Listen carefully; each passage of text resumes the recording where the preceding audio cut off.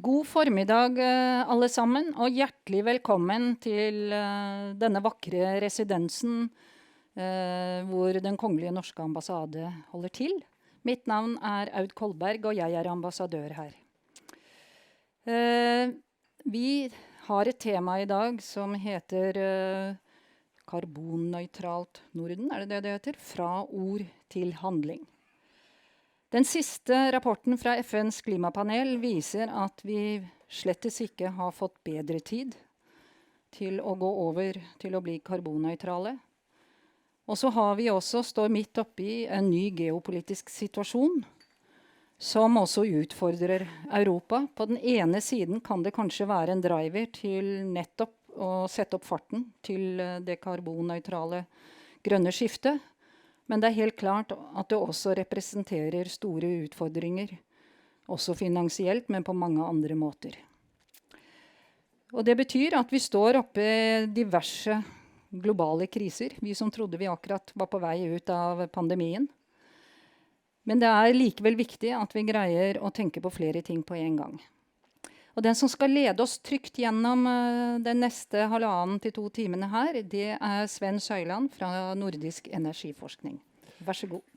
Takk for det, Aud. Og velkommen alle sammen. Ja, Aud har allerede røpet at vi kanskje kommer til å holde på litt lenger enn vi averterte. Og det fordi vi har fått en spennende og lang videohilsen fra Island. Mitt navn altså Sven Søyland, og jeg arbeider for Nordisk energiforskning som seniorrådgiver. Og Nordisk energiforskning, for de som ikke vet det, en underlagt Nordisk ministerråd. Ja, i dag skal vi høre en rekke innlegg om hvordan hydrogen, syntetiske drivstoff, fangst, bruk og lagring av CO2 kan bidra til å kutte klimautslippene i Norden og også globalt. Men først så skal vi ha hilsener fra de 2 som tok initiativet til å få laget denne rapporten som vi i dag skal diskutere og forholde oss til. Så med de ordene så ønsker jeg velkommen til 2 raske videosnutter fra Robert Andrén og Kristoffer Brøtzer, direktøren i henholdsvis Energimyndigheten og Energistyrelsen. Kör video. Hej alla kollegor. Låt mig börja med att rikta ett stort tack till norska kungliga ambassaden och till Nordisk energiforskning för värdskapet av detta viktiga lunchseminarium. Och jag beklagar verkligen att jag tyvärr inte kan vara på plats. Det här lunchseminariet kan man säga utgör avslutningen på första fasen av ett projekt. Eller kanske snarare är det en brygga över till nästa viktiga fas av ett gemensamt nordiskt arbete.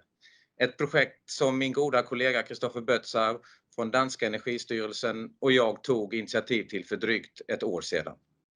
Initiativet tog vi då vi båda 2 såg hur omställningen nu tagit fart i Norden och att utvecklingen av ny teknik går i ett rasande tempo. Och särskilt snabbt ser vi utvecklingen inte minst inom vätgas, elektrobränslen och CCUS. Och 2020 kom ju EU-kommissionen med en strategi för EU-området för hur vätgas kan bidra till omställningen.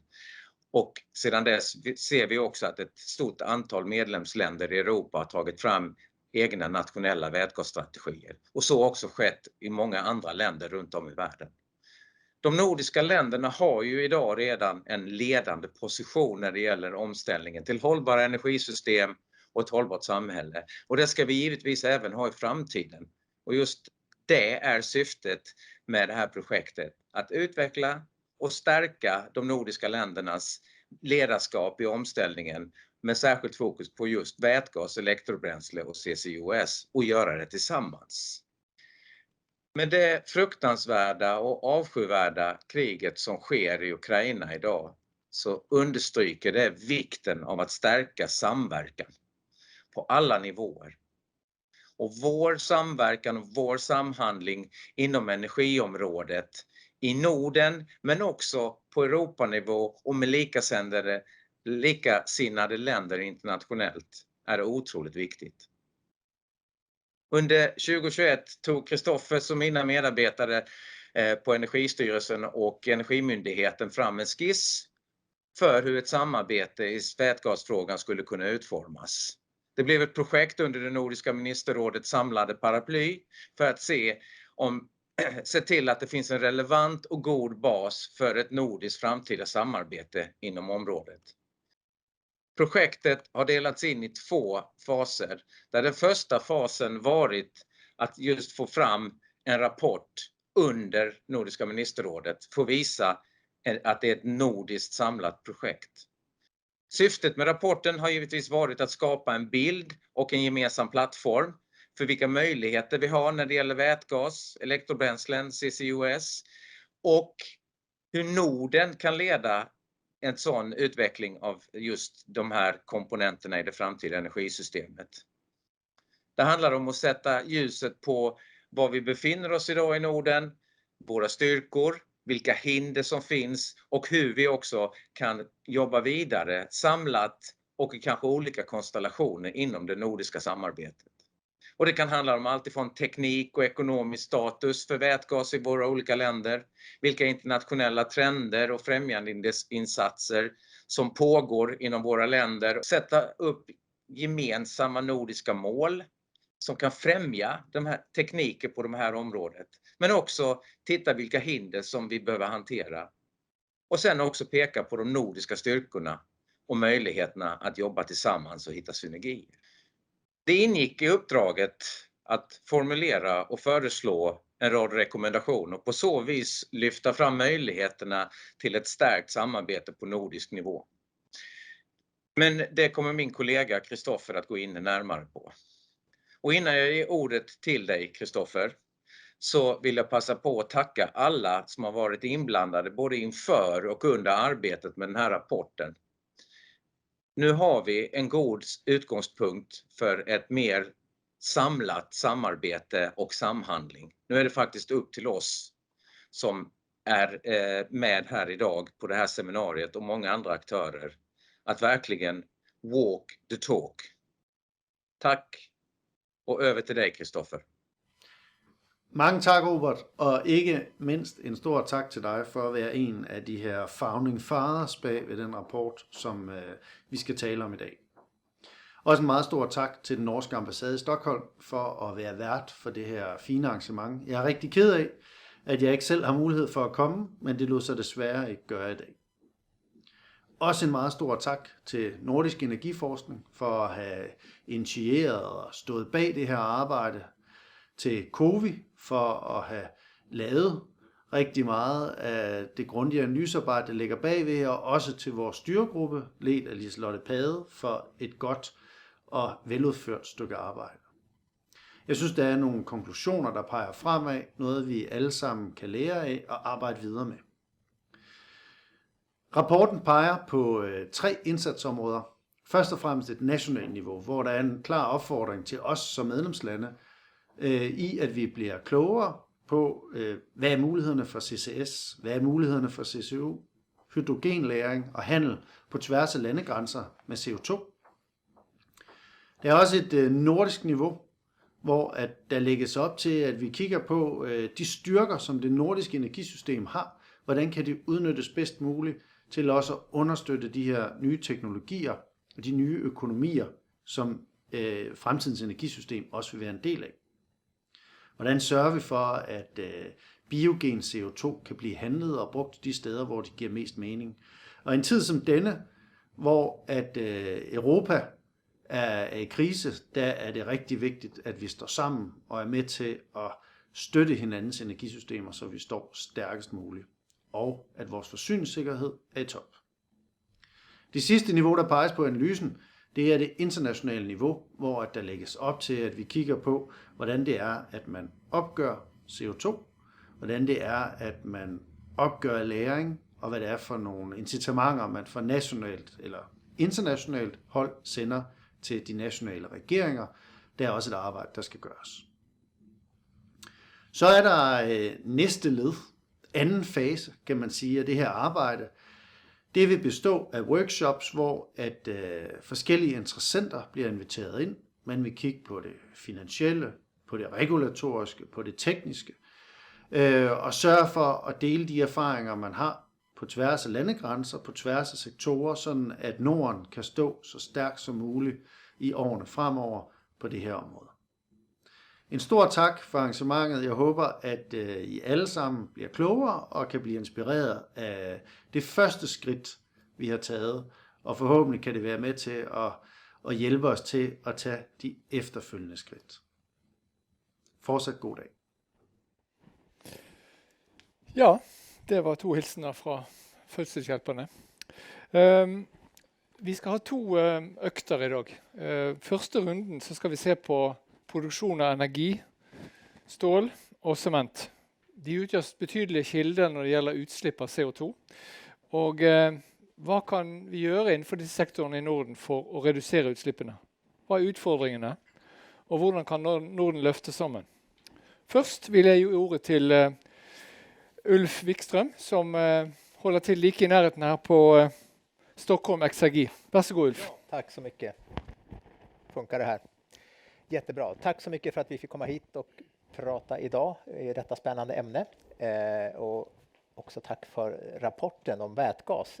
Väldigt spännande att ta del av.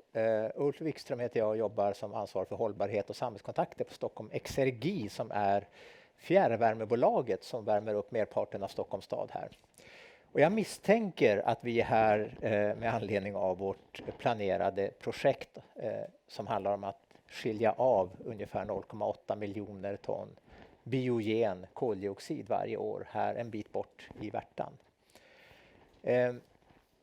När jag fick programmet från Sven så tänkte jag först, står vi med under sektorer med utmaningar?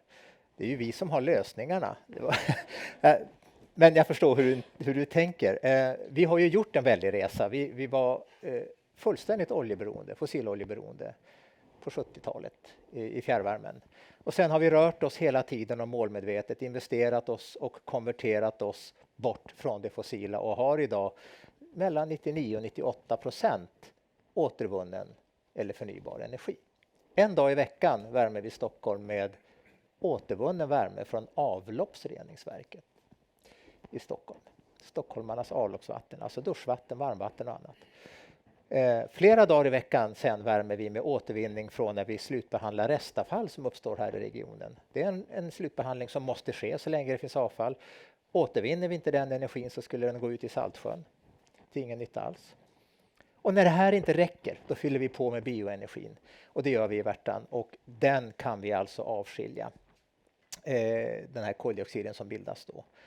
Och det är det som är det stora projektet som vi nu håller på att titta på här nu. Och hoppas kunna realisera och dra igång någon gång vid årsskiftet 25-26. Den stora utmaningen är förstås att energisektorn till mer än 80% är fossil om vi tittar globalt och kanske också europeiskt. Vi vet nu alla, som vi hörde här innan, att om inte förr så har poletten ramlat ner nu. Vi behöver ställa om och vi måste göra det snabbt.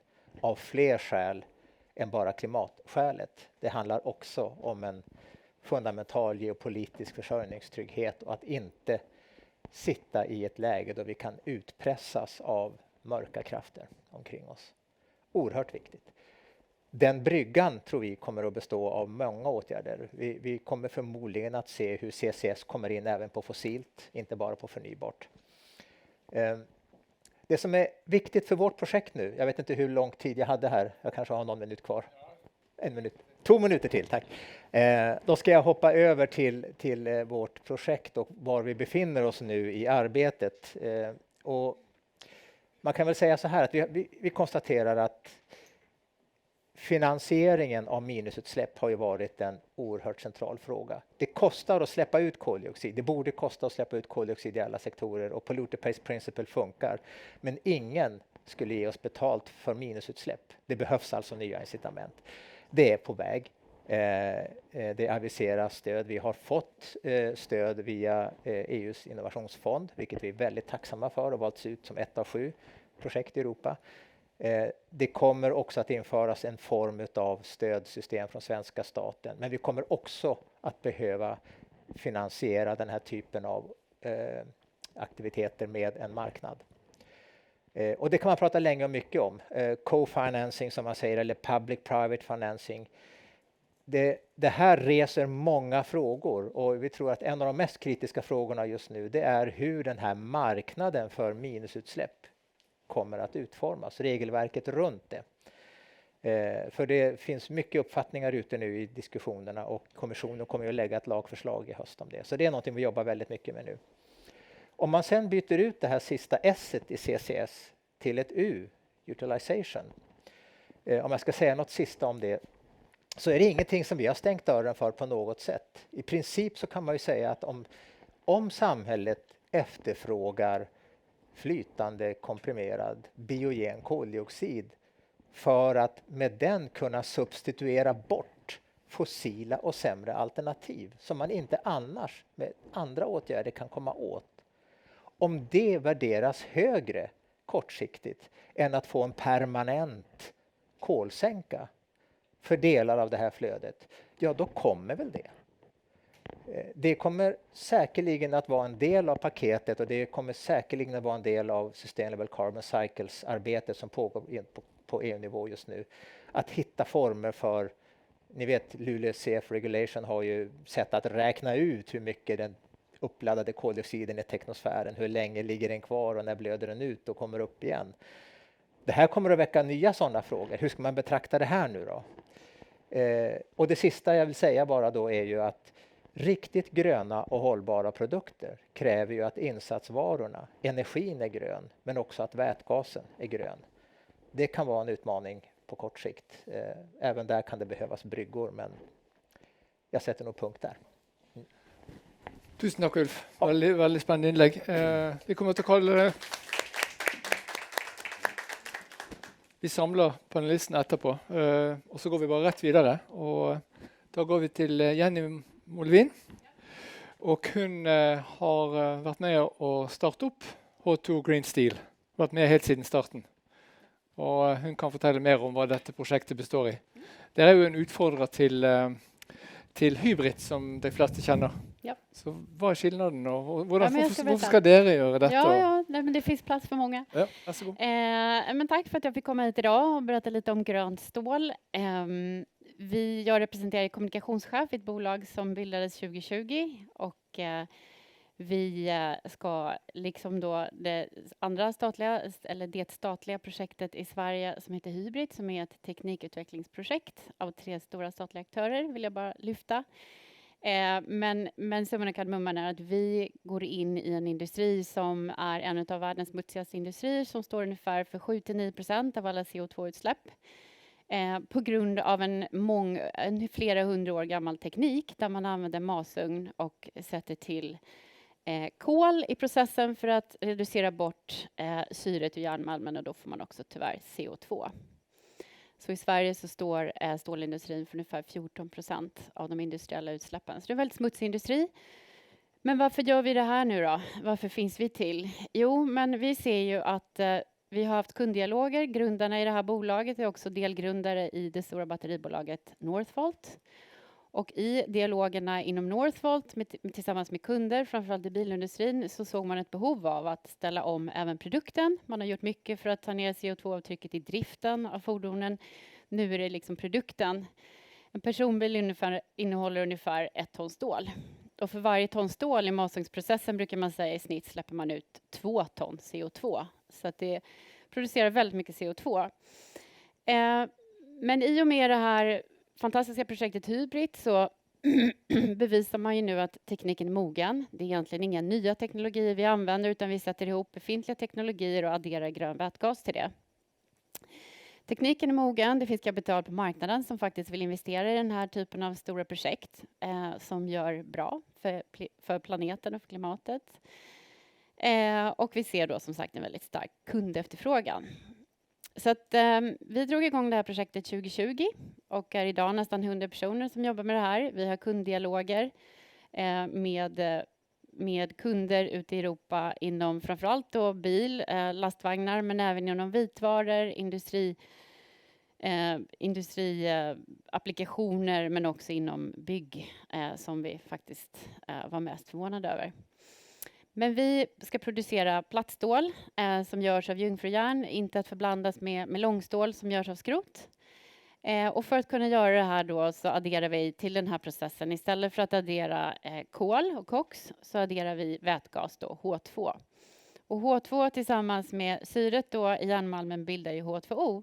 Så restprodukten i den här processen blir då vatten. Och det är ju fantastiskt, väldigt enkelt men väldigt intressant då. Så tekniken finns. Jag skulle vilja säga att kapitalet finns och viljan finns att göra den här typen av stora projekt. Men om man tittar på utfordringarna då, det är en väldigt, väldigt elintensiv industri.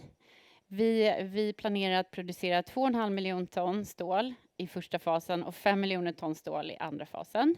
Ungefär upp till 2030, och det är i relation till den stål som produceras i Sverige idag är ungefär 4,4 miljoner ton, så vi kommer mer än dubbla marknaden. För att göra det här så behöver vi en elektrolysör, en stor elektrolysör. Jag vet inte, installerad kapacitet i världen idag ligger väl någonstans 250 megawatt eller någonting, kan ha fel.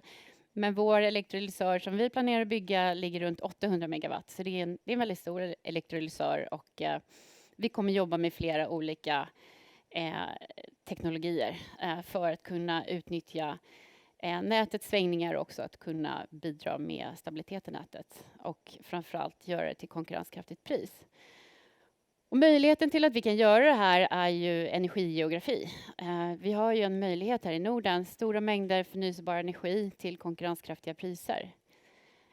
Det kommer förhoppningsvis ändras i Europa med teknologier inom solkraft. Vi har till exempel ett samarbetsprojekt som ligger något år senare än vårt Boden-projekt med Iberdrola, det spanska bolaget inom förnyelsebar energi, där vi tittar på att göra precis samma sak som vi ska göra i Boden på den iberiska halvön. Så att vi ser att det kommer teknologierna, alltså det blir billigare att producera grön vätgas, för det är ju egentligen det som är den stora kostnaden. Så utfordringarna är att vi behöver ungefär effekt som ett normalstort kärnkraftverk. Och det finns effekt i norra Sverige idag. Problemet för oss, eller utmaningen, är att få det fram till vår sajt. Så för oss är det en infrastrukturfråga. Det produceras och byggs väldigt mycket förnyelsebar energi. Det finns Luleå älv som producerar ungefär 14 terawattimmar. Vi säger att i fas 1 ungefär kommer vi behöva 10 terawattimmar el per år, och i fas 2 upp till 20 terawattimmar. Och det här beror lite på vad vi kommer ha för produktmix. Så utfordringarna är, vi upplever att viljan finns både från kunder och från finansiärer, men också från det offentliga, stat och myndigheter, absolut. Utmaningen här är väl egentligen tidplanen, att få det här gjort inom en rimlig tid. Och vi har satt att vi ska starta vår produktion 2025. Vi har dialoger, väldigt bra dialoger med myndigheter, alltifrån logistik och elinfrastruktur. Men det är viktigt att liksom orka hålla ut så att det här kan bli verklighet. Och vi ser ju också att det finns en stor möjlighet här för Norden, Skandinavien, att verkligen ligga framkant med på vätgasområdet. Det finns många teknologiproducenter, och det finns också en möjlighet att verkligen göra en offtake av grön vätgas. Att inte bara producera vätgas och sälja den. Och från ett svenskt perspektiv så handlar det om att inte bara exportera alla fantastiska råvaror som vi har i det här landet, utan faktiskt öka nettoexportvärdet, vilket vi gör med vårt projekt, ungefär 30 miljarder per år. Så att vi tycker det är väldigt bra i alla fall. Ja. Tusen tack, Jenny. Tack. Ja, tredje og siste, og så åpner jeg opp for spørsmål fra salen og inviterer opp panelistene. Da har jeg gleden å invitere Per Brevik til scenen. Og Per har vært en pådriver for miljøvennlig omstilling i sementproduksjonen hos Norcem i Brevik helt siden 2005. Vær så god, Per. Takk for det, takk for invitasjon. Jeg synes det er så bra at dere inviterer verstingene. Nå har du vært der, så kommer jeg å fortsette på. Du står for en 8-9-10%, og jeg står for en 8-9-10% av verdens produksjon av CO2. Så det er fint at de store er invitert, og det er fint at de store gjør noe. Og det er det som er kanskje det aller viktigste driveren for det prosjektet som vi begynte forsiktig med skriveordstudier i 2005, 6, 7, 8. Så søkte vi og fikk støtte fra norske myndigheter via Brussel, for vi ville ha litt mer støtte enn det de i første omgang sa, sånn at vi kunne gjøre en testing. Og vi testet mellom 2013 og 2017. Og det faktisk de 4 årene og det testprosjektet som vi gjorde, som basis for alt vi gjør i Brevik, men også i andre Heidelberg sementbedrifter. For Norcem, på samme måte som Cementa her i Sverige, en del av Heidelberg sementkonsernet. En av de 2 største i den vestlige verden, så det helt sikkert 5 konserner i Kina som vi ikke kjenner. For halvparten av sementen i verden produseres i Kina og brukes i Kina. Så det liksom det som den første biten. Men vi har som sagt, vi startet for lenge siden, vi har gått skritt for skritt. Det har vært en mulighet for oss, og dermed kunne bruke et virkemiddelapparat som i Norge veldig bra på den type skrittvis utvikling. I tillegg, vi skulle overbevise sjefene våre. Det å få aksept høyt oppe at vi skal bruke masse penger på noe som ingen andre har gjort før, det ikke lett å få til. Men vi fikk raskere støtte i Norge enn vi fikk i Tyskland. Men etter hvert så hadde vi konsernsjefen på besøk i Norge, vi hadde møter med toppolitikere og seminarer, og plutselig så kommer konsernsjefen og sier «Now I understand how important CCS is in Norway». Etter det så har det vært full fart. Har vi fått full backing på de tingene vi har gjort. Og det har vært viktig for å kunne gjøre det greia. Så vil jeg bare si akkurat som Jenny, en av grunnene til at vi så interessert i dette, det at når du produserer sement, så har du en tendens å gå på bruken av brensel. Tradisjonelt kull, olje, fy. Men nå vi erstatter i Brevik-fabrikken for eksempel, 80% alternativ brensel. Masse av det en del av avfallshåndtering i Norge, som det ellers ville også vært. Nå fikk vi utnytte på den måten. Men 2/3 kommer fra at du spalter kalkstein. Og det ingen andre som har funnet noen måte å produsere sement annet enn å spalte kalkstein. Ikke industrielle kvanta. Altså du kan i en lab-skala og sånn, så kan du gjøre det. Men ikke industrielle kvanta. Og det betyr, bare for å gjøre det veldig enkelt, vi trenger 1,5 tonn kalkstein. Da får vi 1 tonn produkt og 1,5 tonn CO2. Og da blir vi en storutslipper. Men det viktig at vi gjør noe med dette. Vi fikk, etter å ha gjort testing, etter søknader og masse jobbing, god støtte fra norske myndigheter, pluss den biten vi har lagt til selv, som i hvert fall historisk sett ville vært veldig stort i vår sammenheng. Så ble vi valgt til å være fangstdelen i det norske Langskip-prosjektet. Vi har en veldig klart grensesnitt. Vi fanger og kondisjonerer, og så leverer vi til Northern Lights, og det kommer Kim til å fortelle om etterpå. Og det grensesnittet skal vi være beinharde på, for da det ditt ansvar. Da har vi gjort jobben vår, og da blir det en kjempegod løsning etterpå. Så det at vi har gjort disse bitene, ja, vi har en mulighet. Vi har startet, vi har delt på over et år.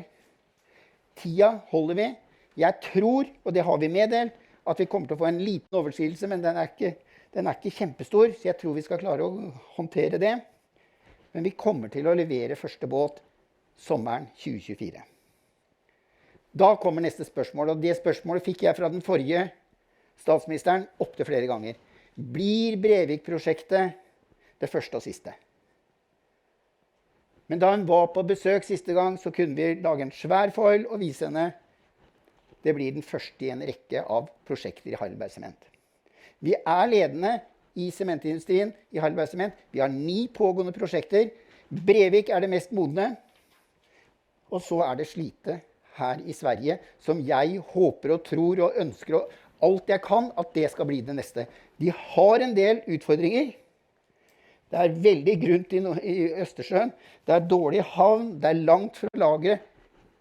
Og så har de en kjempeutfordring, og det tilstandsprosessene i Sverige. Det må sies. Altså, du kan ikke legge 8-10 milliarder kroner på bordet, og så du ikke sikker på om du får lov til å drive om 10 år. Sånn tenker jeg. Det gjør ikke det, men nå det bare sagt, og så har jeg noen venner, og så har jeg fortsatt noen uvenner i Sverige på det området. Men jeg håper og tror at vi kan klare å få til Slite. Det kjempespennende. Det vil være et prosjekt som 4 ganger så stort som prosjektet vårt i Brevik. Og sammen med de andre så det i hvert fall et realt forsøk på det vi sier at vi skal gjøre, og det som du sa fra Stockholm, nei, det var han forrige som sa walk the talk, en av innlederne før. Det avgjørende. Vi må vise at vi gjør det, og så må vi slutte. Det kjempefint å ha seminarer, Det är mycket viktigare att vi gör det. Och som jag säger, det viktigaste med vårt projekt är att nu får vi en ny baseline. Nu är det någon som har gjort det. Nästa projekt blir mer effektiva, mer kostnadseffektiva och det vill fungera bättre gång på gång. Jag är helt säker på att vi är på riktigt spår. Så får vi se om inte det kommer många efterpå. Och jag hoppas att Sverige blir nästa. Tack. Bare bli stående, du. Takk, Per. Du kunne vært fotballtrener. Du er jo liksom bare piske opp stemningen. Veldig bra. Nå vil jeg invitere Ulf og Jenny opp på scenen. Og så åpner jeg opp for spørsmål fra salen. Ja. Ja, då var jag snabbast. Nu ser jag cement. Ja, tack. Hörs det i den här? Cement i en större koncern. Jag ser stål. En av 2 projekt i Sverige åtminstone. Och bio-CCS. Jag undrar bara, hur ser dessa projekt ut gentemot det globala? Är bio-CCS en av de första som faktiskt kommer att fungera kommersiellt? Hur ser det ut med stålprojekt? Jag vet att Österrike, eller var det Schweiz, någon av dem har någonting på gång också. Och cement, det måste ju tillverkas någon annanstans än inom koncernen och i Kina. Ligger vi bra till? Ska vi vara stolta eller springer vi efter? Begynner med deg, Ulf. Nej, jag tror vi ligger bra till. Jag tror att vi är pionjärer på alla 3 arenor som ni har hört här faktiskt. Och av de utmaningar, eller heter det utfordringar? Utmaningar. Ja, utmaningar som vi möter, vi plöjer ju väg. Vi kommer att ta en massa smällar. Vi tar en massa stryk nu för att vi driver på. Vi är övertygade om att vi rör oss mot ett håll som alla måste röra sig. Men att skapa marknader för de helt nya produkter, eller i vart fall produkter med helt nya klimatvärden som vi är på väg att ta fram alla 3. Det kan ju framstå som skräckenjagande, men jag tänker mig att när man bygger en stort garage med CCS-ad betong, det blir ju en ganska liten merkostnad på produktionen och för en bil också och så vidare. Och för oss är det också viktigt, tror vi då, när det gäller minusutsläppen just, att även där bejaka science-based target approachen för net zero-mål och så vidare. Ett näringsliv som vill motverka de utsläpp man inte kommer att komma åt. Och då måste man bygga en marknad, och en marknad måste vara likvid så att man får den här brytpunkten, efterfråga- och utbudsfunktionerna, standardisering, och det kommer att krävas snabbt. Men som jag sa, det tror vi är på gång. Det finns ett antal frågor som vi inte går igenom där idag som handlar mer om claiming och såna här trams, höll jag på att säga. Det viktiga är att det händer. Ja, det har vi kanske fyllt på. Alltså, jag tror det är helt riktigt det du säger. Alltså, cementproducenterna kommer ju att möta, enten må du bygga ett fångstanlägg, alltså en renseteknologi, eller så må du betala otroligt mycket i avgifter, för exempel i ett EU ETS, alltså i Europa, som ligger långt föran. Och det är det som är business case för cementindustrin. Det är att se att faktiskt det är billigare på lite sikt att du rensar än att du fortsätter att betala för att slippa ut. För den prisen har ju gått upp, så gick den lite ned och så är den på full fart upp. Så det är ett sånt jätteviktigt element i den diskussionen. Och det är det fler som har börjat att tänka på. Och så bara som ett annat exempel, för du må ha ett business case. För oss är det sparte CO2-kostnader. Men vi har en fantastisk fabrik i Lehigh Hansen i Edmonton i Kanada. Da har de et litt annet syn på oljeutvinning enn mange andre steder, men der skal de bruke den til økt oljeutvinning. Business case er strålende, og de klarer ikke å ta oss helt igjen. Vi kommer til å være et år foran dem, men de kommer fort etter, og de satser altså. Jenny? Nej, men vi ser ju helt klart att det finns ett business case för grönt stål. Vi tar ut ett premium, liksom jag vet att SSAB gör för sin gröna produkt. Och våra kunder är villiga betala för det. För de har just, nästan alla våra kunder har science-based targets och committat sig till det. Så att det finns, det här är liksom här för att stanna. Det är liksom bara en tidsfråga. Och hur snabbt vi kommer ställa om. Och här ser jag liksom att Sverige på stålsidan är absolut ett föregångsland. Just för att vi kan. Men tittar man på 5 miljoner ton när vi är uppe i maxkapacitet, den europeiska marknaden för plattstål är ungefär 100 miljoner ton per år.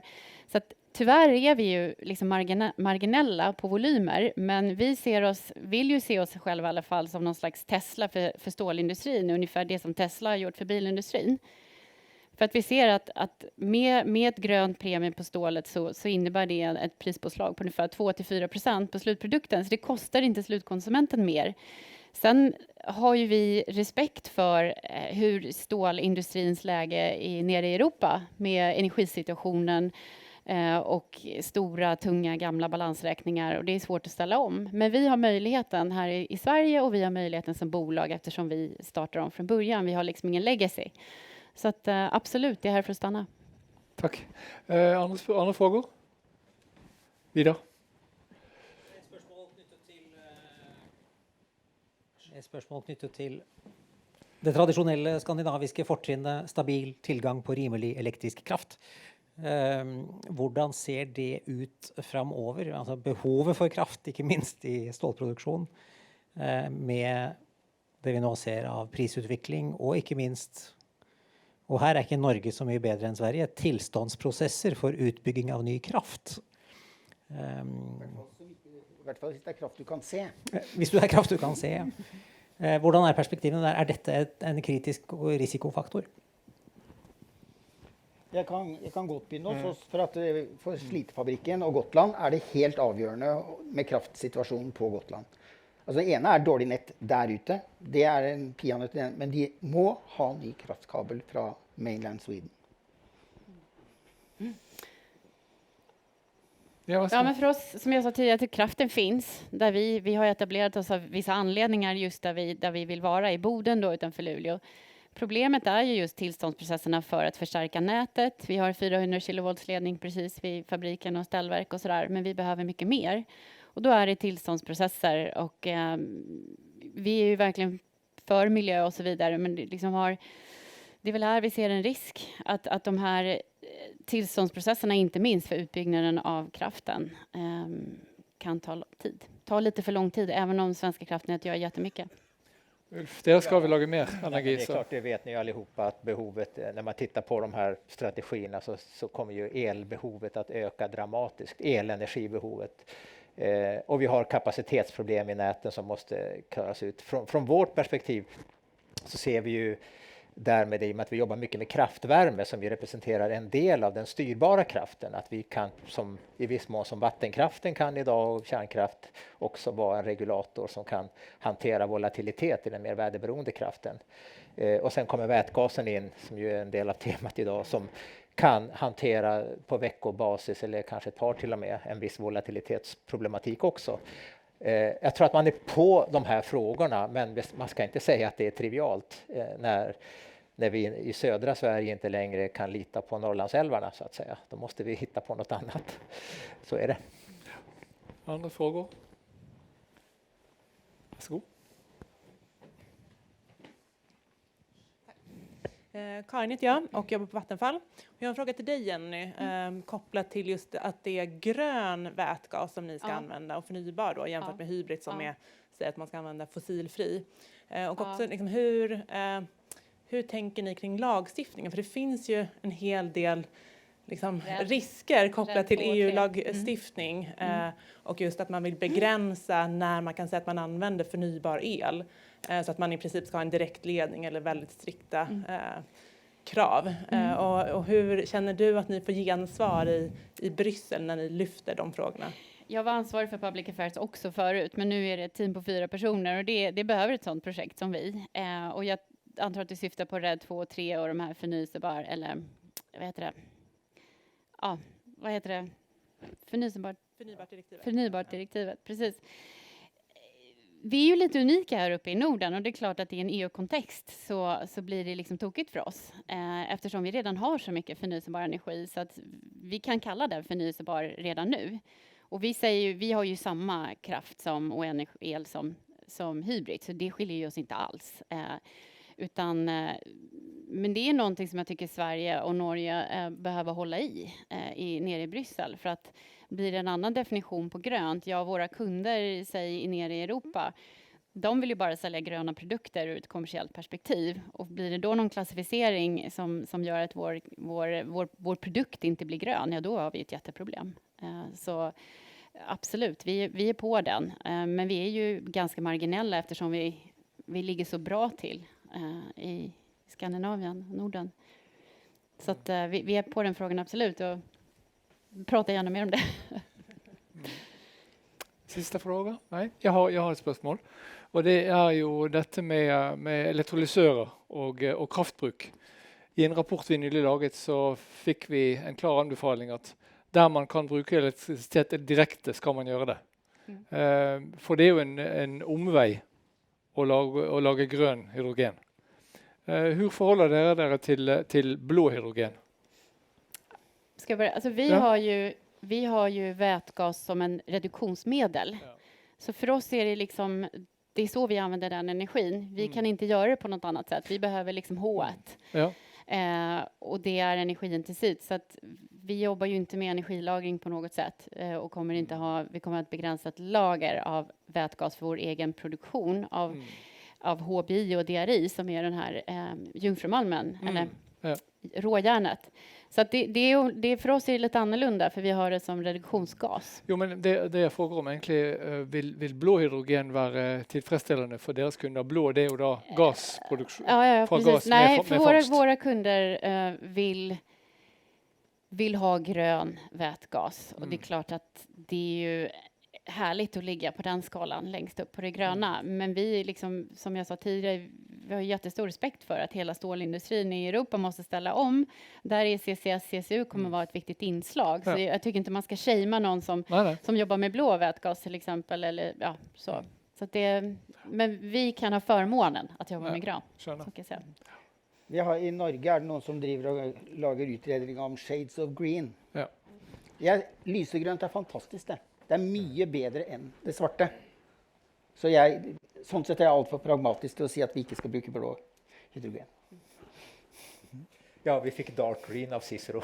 Jag antar att det är bäst då. Ja, det är väldigt bra. Ja, nej, men jag känner inte till det här. Det är ursprungsgarantier som man inte erkänner som grund för.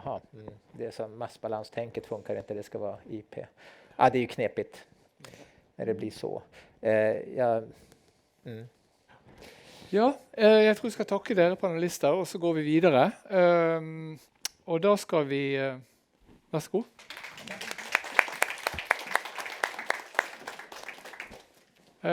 Nå vil jeg oppfordre alle til å reise der opp et øyeblikk, for nå skal vi se film. Sånn. Ja. Ok. Da kan dere sette dere igjen. Og så har vi fått en videohilsen fra Island, Sagalandet. Og det fra direktøren i Carbfix. Og de som ikke vet hva Carbfix det også et prosjekt som rett og slett forstener CO2 på rekordtid. Og denne filmen, den på drøye 12 minutter.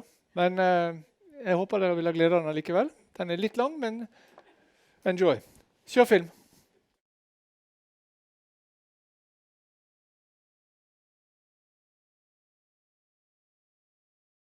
Skal vi klappe for henne?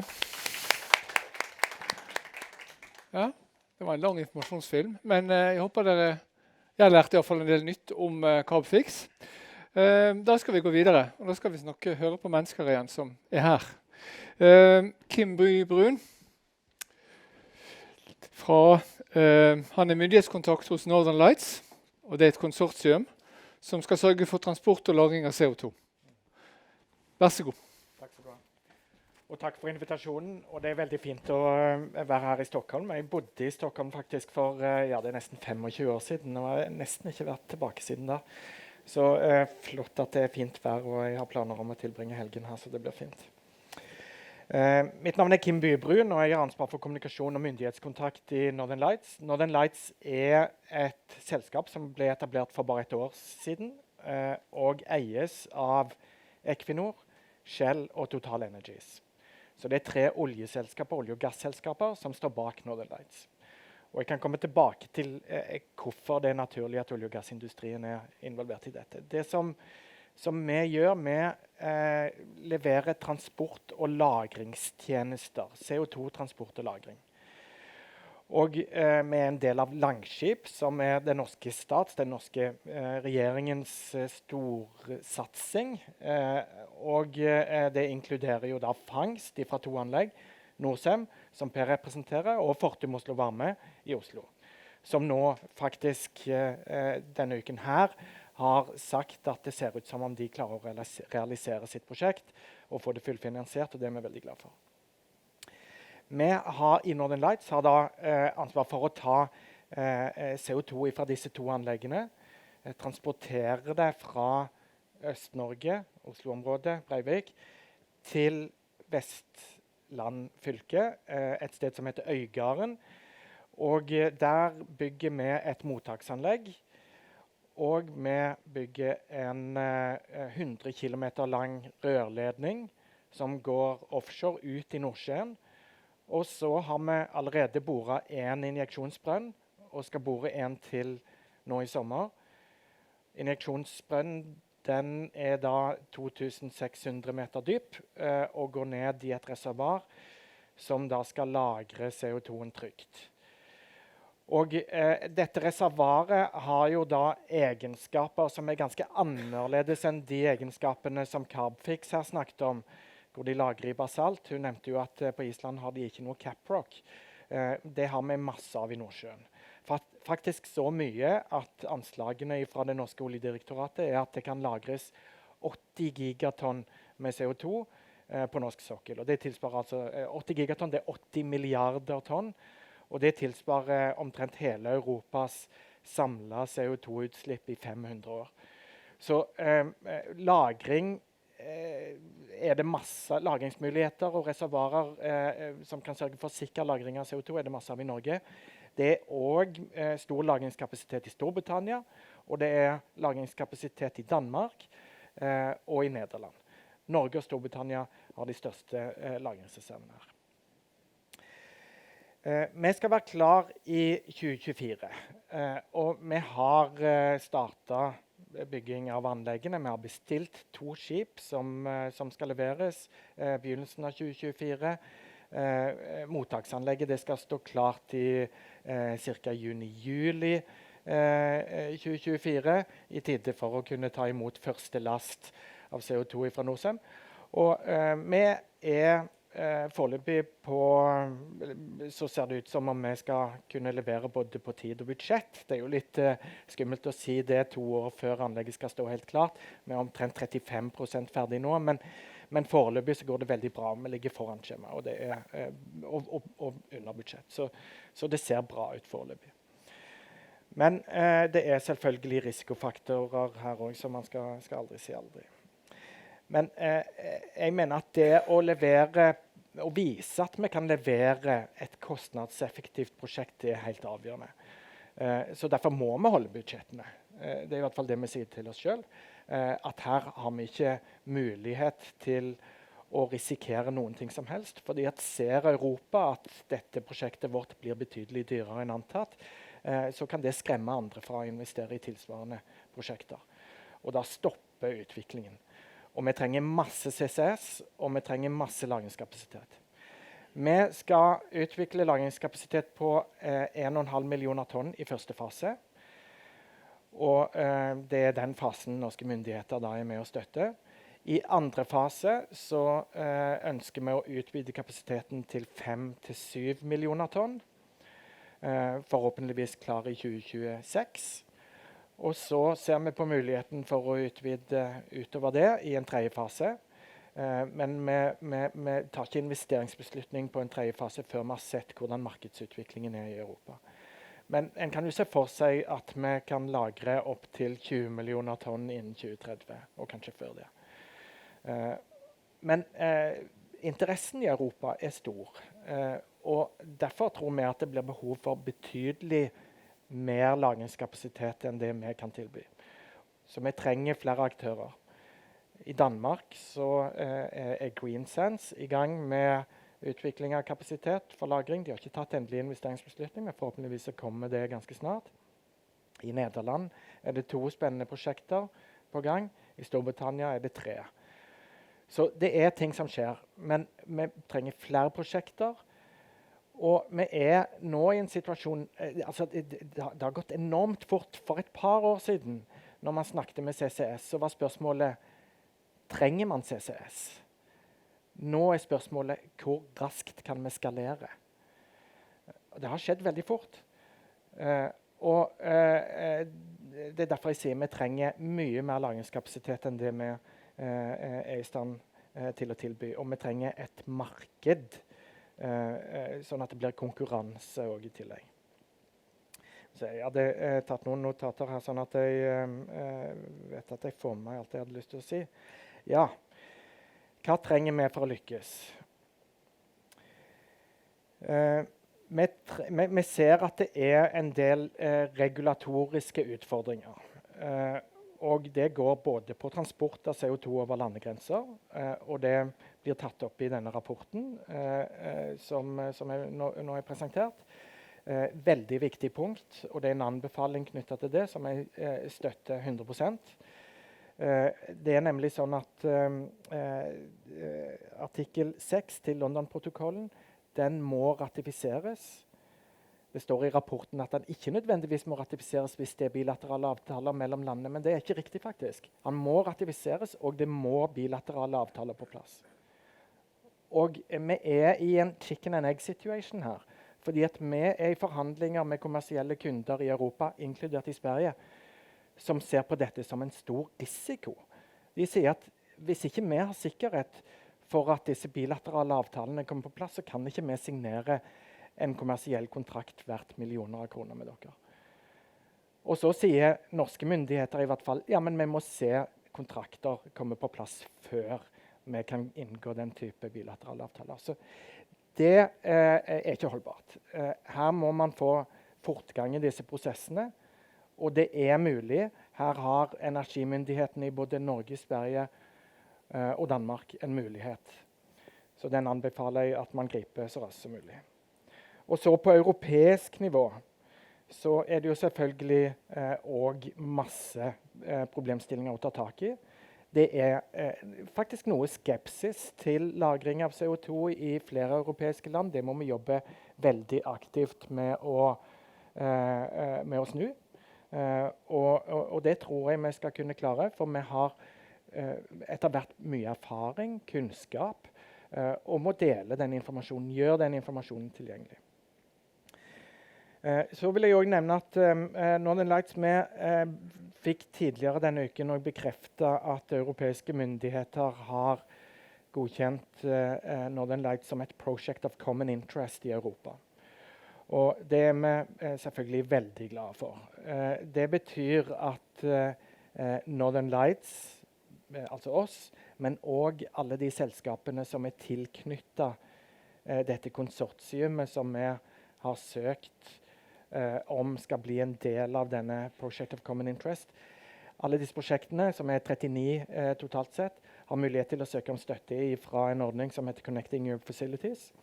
Og det finnes milliarder av euro tilgjengelige fra Europakommisjonen, som faktisk omtrent skriker etter prosjekter. De vil ha utvikling, og de vil ha det raskt.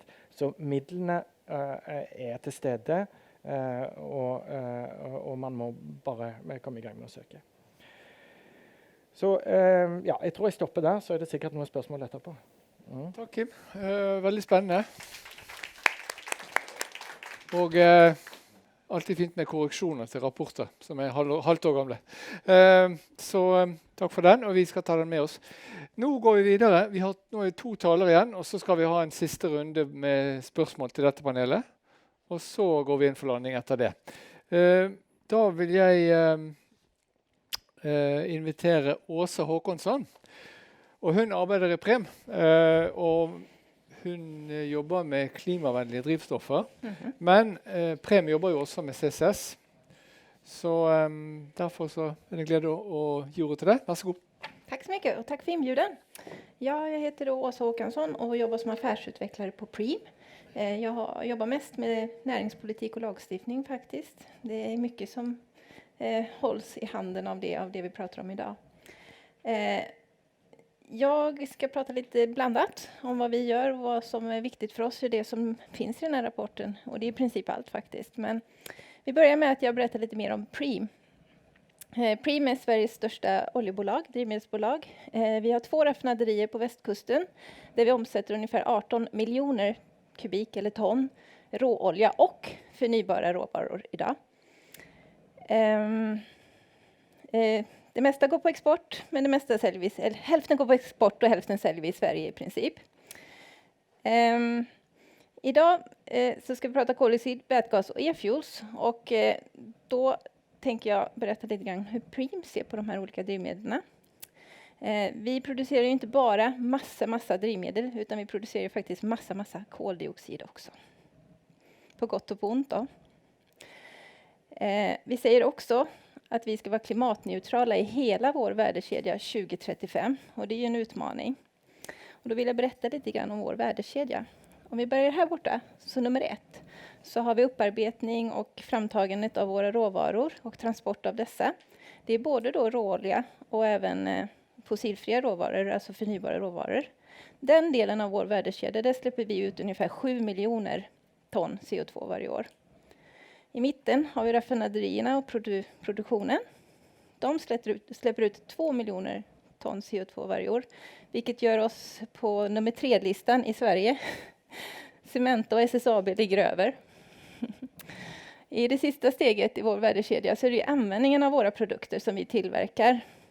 Där släpper vi ut 60 miljoner ton CO2.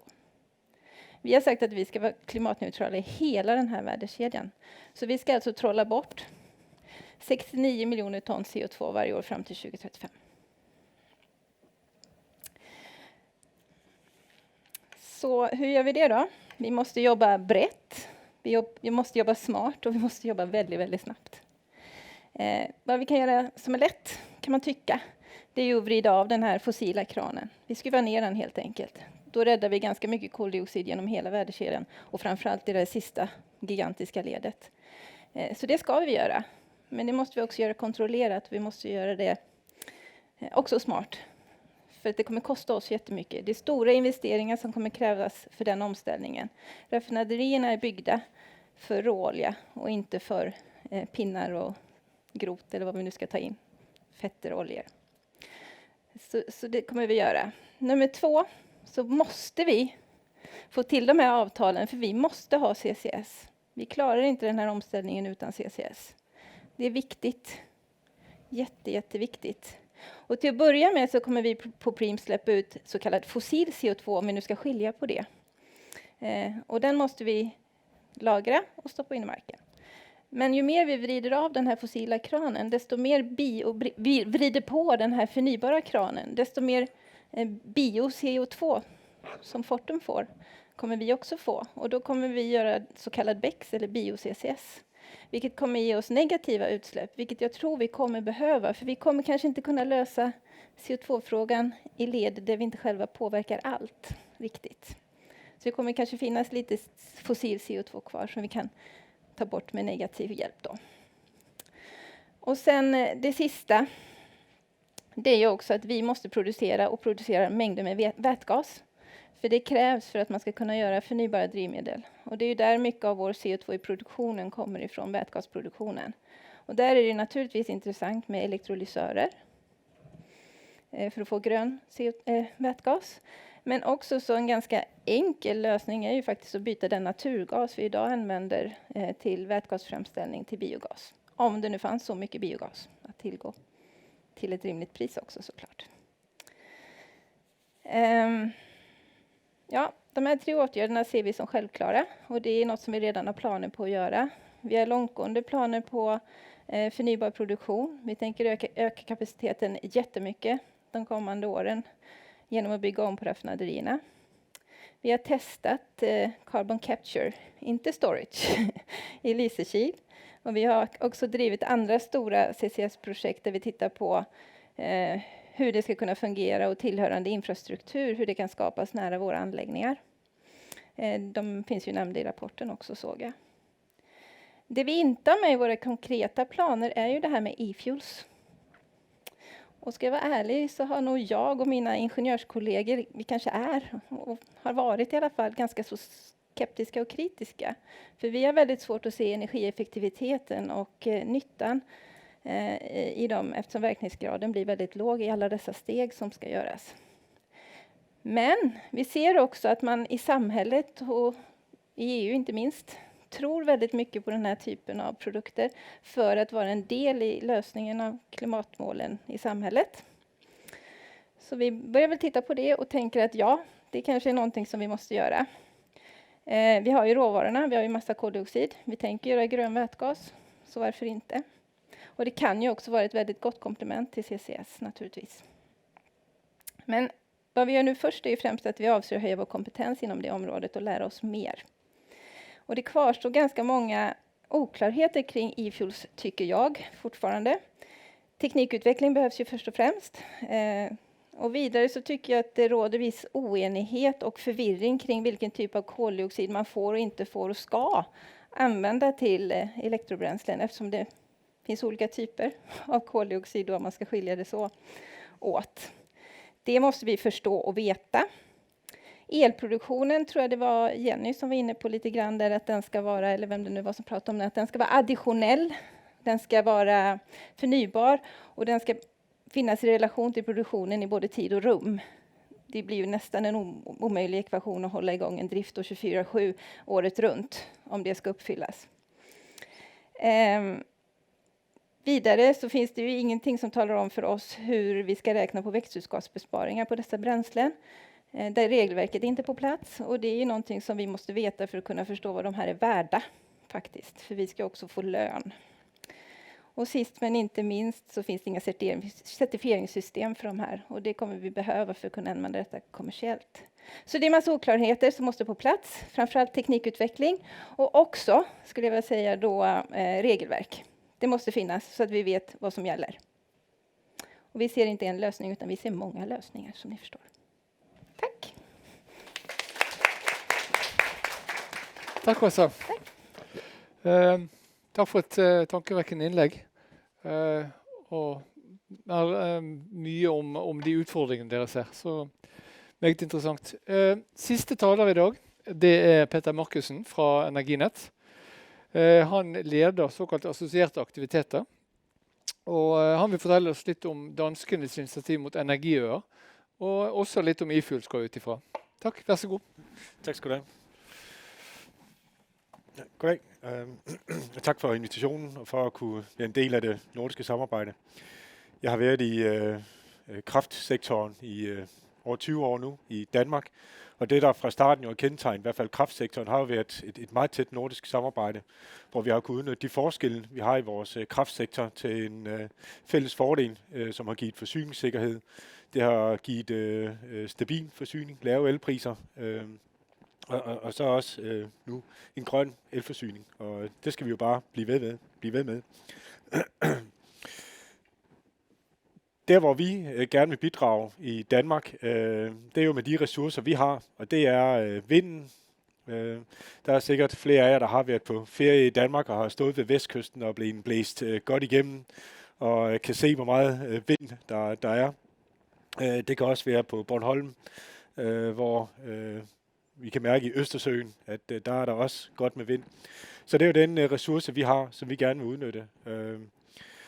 Men vi står så også over for en stor udfordring med hele den grønne omstilling, hvor det er meget stor udbygning med grøn energi, vi skal have.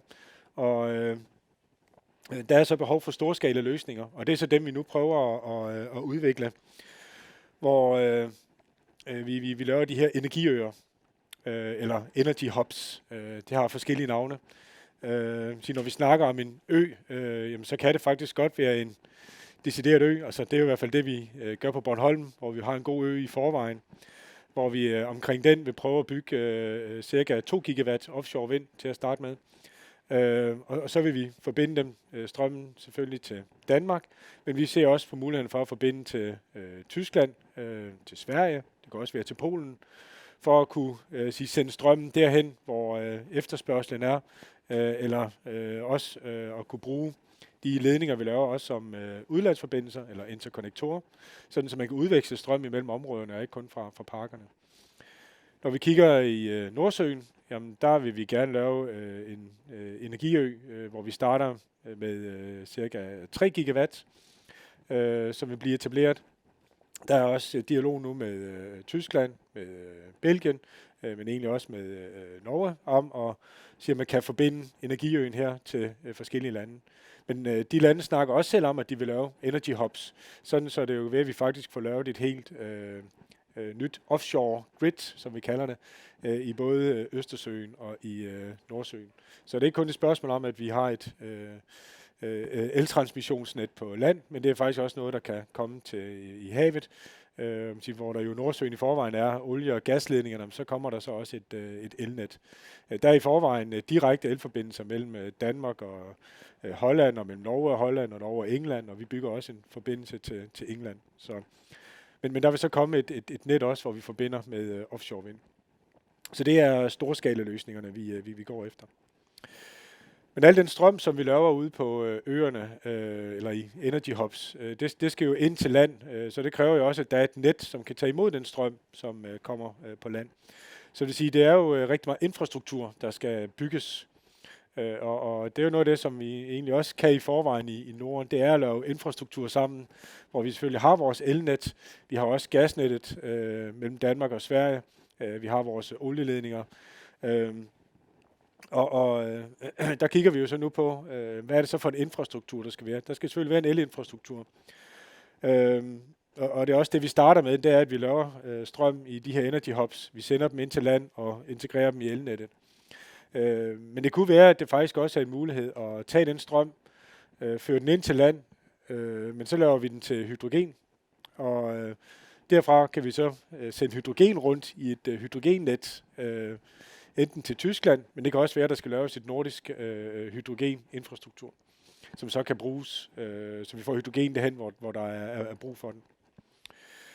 Det tredje kan så også være, at vi faktisk kan lave hydrogenen ude på de hubs, som vi så laver i Nordsøen eller i Østersøen. Men det må vi se, hvad der viser sig at være den bedste løsning. Vi laver det her i etapper, sådan så vi hele tiden kan bruge de løsninger, som viser sig at være bedst. Tidsplanen, som vi går efter, det er jo, jeg har hørt, at de første projekter skal i gang i 25 eller i 30 fra de forrige taler her. Det at lave en energy hub, det er også noget, der tager tid. Det er noget, der skal i udbud. Både selve de hubs, der skal laves, men selvfølgelig også de vindmølleparker, der skal etableres. Så vi regner med, at det første lige bliver efter 2030, at vi får etableret de første energiøer. Så det er tidsplanen, og at man vil se udbud omkring 2024-2025. Men det er jo noget, der sker i tæt samarbejde med de danske myndigheder, hvor det er den danske energistyrelse, det er dem, der står for selve udbuddet. Det, der er vores opgave som systemoperatør, det er så at sørge for, at der er nogle ledninger fra energy hubs ind til land, men også, at der er noget, som vi kan integrere strømmen i, når den bliver ført ind til land. Der er så kommet en PTX-strategi også nu fra den danske energistyrelse, hvor vi som systemoperatør også får ansvaret at kigge på at få etableret et brintinfrastruktur. Og hvor vi så nu begynder at kigge på, både om vi kan bruge det eksisterende gasinfrastruktur i Danmark, men også om der skal laves ny infrastruktur og timingen i den infrastruktur. Fordi det bliver hurtigt en form for hønen eller ægget situation, hvor skal infrastrukturen være der, for at du kan lave en konkurrencedygtig produktion af brint eller brug af brint, eller skal du først have produktionen op, og så kan vi efterfølgende lave infrastrukturen. Det er en udfordring i forhold til timingen, men selvfølgelig også den finansiering, der skal være af infrastrukturen, og hvem der skal finansiere det, om det er brugerne, eller om det er staten, om det er på anden vis kan finansiere den infrastruktur, der er. Så det vi ser, det er, at Danmark vi kan bidrage med storskala løsninger for offshore vind. Vi vil meget gerne være med til at accelerere den udvikling, der er ved samarbejde og den nødvendige internationale samarbejde. Vi ser også e-fuels. Det er en del af løsningen, hvis vi skal finde løsninger til at reducere CO2 i det, vi kalder hard to abate sectors. Så der er hydrogen en del af løsningen. Det skal vi også prøve at være med til at bidrage til. Og endelig så er der hele det her med at få etableret den rigtige energiinfrastruktur, få det dimensioneret rigtigt og finde ud af, hvordan får vi lavet nogle gode løsninger. Det er det, vi gerne vil bidrage til. Tak. Takk, Peter. Og da er vi kommet dit hen at vi kaller opp hele panelet, alle 6 som har snakket. Og så tar vi spørsmål. Og dere kan selvfølgelig stille hverandre spørsmål også. Det er greit. Men vi kan jo begynne med salen. Nei? Der et spørsmål. Et spørsmål til det siste. Utbygging av infrastruktur, utbygging av kraftnett. Du snakker om utveksling, og det er flere andre som har vært inne på det. I hvilken grad klarer vi å koordinere det nordisk? Er det godt koordinert? Er det samme, håper å si, timescale man jobber langs, eller er det nasjonalt orientert? Jeg vet jo at det er samarbeid mellom TSO-ene, men hvor godt koordinert er dette? Jeg skal prøve at svare på det. Tak. Jamen, du kan sige på elsiden, den første elforbindelse mellem Danmark og Sverige blev bygget i 1915, så vi har mere end 100 års erfaring i samarbejde med Svenske Kraftnet. I dag laver vi fælles netplanlægning. Vi har fælles drift af elsystemet. Vi har fælles elmarkeder. Så på elsiden vil jeg jo sige, at vi har et rigtig godt og veletableret samarbejde, hvor vi også har et fælles billede af, hvordan fremtidig elforbrug vil stige meget drastisk. Men man skal måske sige, at igennem de sidste 20 år har vi haft et konstant elforbrug. Men nu forventer vi jo, at det nærmest bliver fordoblet over de næste 10-20 år. Men det tror jeg, vi er klar til. Så er der gasinfrastruktur. Der kan vi sige, at vi ikke så godt integreret. Men vi har et samarbejde mellem Danmark og Sverige, og det vil vi selvfølgelig kigge på. Sige, hvordan kan den gasinfrastruktur bruges? Kan der også etableres en brintinfrastruktur? Men på brint, kan man sige, der er vi alle sammen nye. Der er vi alle sammen nybegyndere. Så der tror jeg, der vil være behov for både en politisk dialog, såvel som en dialog mellem de relevante parter, og de skal måske også ligefrem identificeres, hvem er det, der har ansvaret for at bygge brintinfrastrukturen. Så det er noget af det, vi skal i gang med. Og så er der CO2-infrastruktur, det tør jeg slet ikke udtale mig om. Johannes vil følge på? Ja. Nei.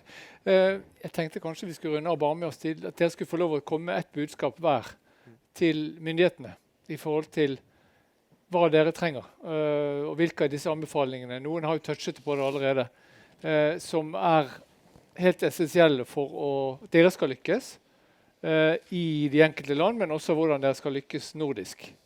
Så vi kanskje kan begynne med Per. 1 setning, 2 setninger. Du får en best mulig tilstandsprosess, og så må du ha et virkemiddelapparat som gjør at det er mulig å utvikle prosjektene så langt at du kan begynne å virkelig se på hva dette kommer til å koste når det skal lage storskala. Okay. Jenny? Ja, men jag tror jag säger att jobba mer med parallella processer och inte jobba i sekventiella processer, för det tar år, utan jobba brett och effektivt. Det skulle jag säga. Och en förutsägbar tidsmässig, en rättssäker men förutsägbar tillståndsprocess skulle jag säga. Så att man inte vet vad man kan förhålla sig till. Åsa? Jag håller med båda. Men jag tycker såklart att vi behöver det här avtalet på plats så vi kan börja med CCS om några år. Så att inte det drar ut på tiden. Ja, i tillegg til det så vil jeg si forenkling. Altså vi opplever ganske store regulatoriske hindringer faktisk, og komplekse systemer. I Nederland så har de fått en one-stop shop for CCS på alle regulatoriske forhold. Og det ønsker jeg meg her i Norden også. Ja, där jag kommer ifrån så tänker jag på en unique selling point som de nordiska länderna har med en gemensam värdekedja, och det är ju vår väl utvecklade bioekonomi. Den skapar idag enorma klimatnyttor för hela EU som kolsänkan som skogen ger. Och vi kan addera 30 miljoner ton till med 40 sådana här anläggningar. Det kan bli en ny industriell gren. Det kan ge ett BNP-tillskott på över 20-25 miljarder till Sverige och skapa 25 000 arbetstillfällen till. Men då måste vi få till stånd de här värdekedjorna, rensa bort de regulatoriska hindren. Man får nästan lust att säga hur svårt kan det vara, men det är uppenbarligen inte så lätt då. Ramverket kring hur den här marknaden för minusutsläpp och också nya produkter som baseras på infångad koldioxid, det måste komma på plats. Det är ju, innan det finns på plats så kan vi liksom inte starta. Ja. Og jeg vil sige, globalt bliver der jo set på nordiske løsninger som foregangsløsninger. Og det tror jeg, vi skal være opmærksom på også, når vi for eksempel går til EU. Altså den europæiske regulering vil få stor betydning. Så det, at vi kan stå sammen og vise, her har vi en nordisk løsning, og bruge den som en mulig europæisk løsning, det er noget af det, vi skal være opmærksom på. For europæisk regulering kan hurtigt spænde ben for noget af det, vi måske gerne vil i Norden, hvis vi ikke er opmærksomme på det. Ja. Takk for de kommentarene. Spørsmål? Ja. Jeg bare roper ut. Takk skal du ha. Litt i oppfølging av det du sa. Nå har vi altså en nordisk institusjon som har kommet med en del anbefalinger. Så jeg er sannelig ikke helt sikker på hva som skjer med dem etterpå det. Men altså, i hvilken grad har dere som innflytelsesrike og store private aktører, altså kan dere gjøre noe sammen? Mot alle de nordiske myndighetene samlet, et felles holdt på å si, opprop eller altså et eller annet for å ja, altså at det er noe i felles som gjør at disse myndighetene i fellesskap må finne ut av å svare dere i fellesskap. Takk. Ja, hvem vil gripe den ballen først? Ja, altså jeg kan godt ta det, fordi det synes jeg er en veldig god idé, og noe vi burde ha gjort for lenge siden egentlig. Northern Lights, vi har da samtaler og kommersielle samtaler / forhandlinger med flere aktører i Norge, inkludert både Preem og Stockholm Exergi. Og jeg tror at hvis vi samler alle disse aktørene og sammen da blir enige om hvordan vi skal fremlegge noen av de utfordringene vi står overfor svenske og norske myndigheter, så tror jeg det hadde vært bra. Eller komme med et opprop, eller finne andre måter å gjøre det på. Så det skal jeg ta med meg videre. Ja. Ja, det er andre som vil fylle på. Da tror jeg vi skal bare takke panelet, men gi det en god applaus. Ja. Så før jeg går i dag, så skal jeg bare komme med noen raske opplysninger. Minne om fase 2, som ble nevnt av generaldirektørene. Og det spiller jo rett inn på det ambassadør Aud Kolberg sa, at vi skal jobbe sammen. Jeg kan vel røpe såpass at de allerede er i dialog med Northern Lights om å arrangere et seminar i Øygarden på å se på deres anlegg. Så det blir ett av flere seminarer i året som kommer. Og der skal vi nettopp samle denne typen grupper for å hente styrker av erfaringer og lærdom. Så det blir fase 2. Og til slutt, før vi går i dag, så vil jeg bare si at presentasjonene fra dagens seminar, alt er blitt filmet i dag. Og det kommer til å bli redigert ned til en liten interessant 1,5 times film som noen kan se, alle kan se, og lastes opp og ligger på nettet. Og den kommer også til å ha engelske undertekster for å styrke og gjøre den tilgjengelig for alle de nordiske land. Og da er jeg bare gjenstått for meg å takke for i dag, og ønsker deg en riktig god helg og vel hjem.